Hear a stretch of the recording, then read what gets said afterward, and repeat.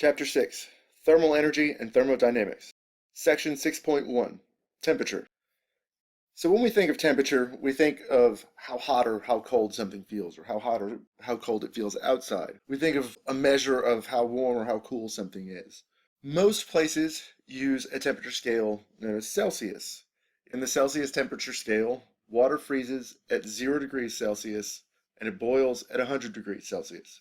Here in the United States, we use Fahrenheit. And in Fahrenheit, water freezes at 32 degrees and it boils at 212 degrees. Now, even though we think of temperature as the measure of how warm or how cool something feels, the way we actually measure the temperature of an object is by measuring the average kinetic energy of the particles that make up that object. So everything is made up of atoms, and those atoms are constantly moving. And the faster that those atoms move, the more kinetic energy they have. And the faster that they move, the hotter those objects will be. And so we get the measurement of an object's temperature by how fast its particles are moving on average. Now, the temperature of something doesn't depend on how much stuff is actually there. For example, if you have a cup of water and it's at a room temperature, if you dump out half the cup of water, what's left over is still at the same temperature. That doesn't change how hot or how cool it is. That's because it's a measure of the average kinetic energy of those particles.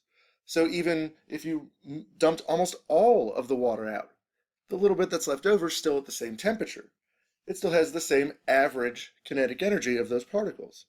However, the difference is that when you have a full cup of water, it has some total amount of kinetic energy. And the total amount of kinetic energy is what's known as the thermal energy.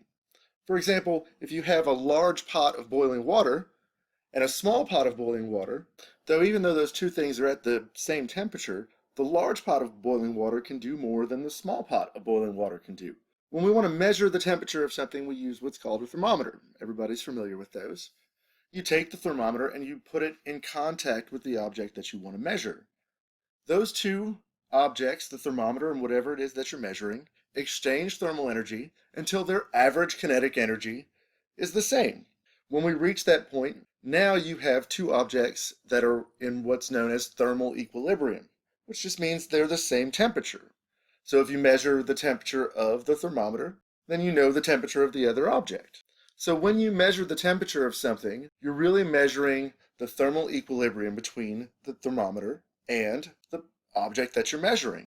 This is why in some older movies from like the 80s and 90s, you'll sometimes see kids will take their thermometers and stick them in like a light bulb or something like that to heat them up, and then they can pretend that they're sick because it would make their temperature appear warmer.